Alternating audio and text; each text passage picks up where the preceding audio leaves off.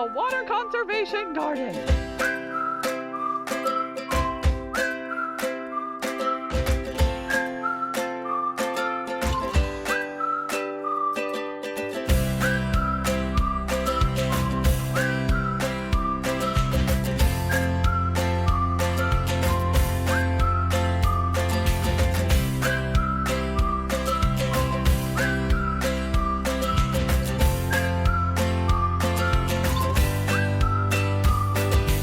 I want to take you and show you some of my favorite plants.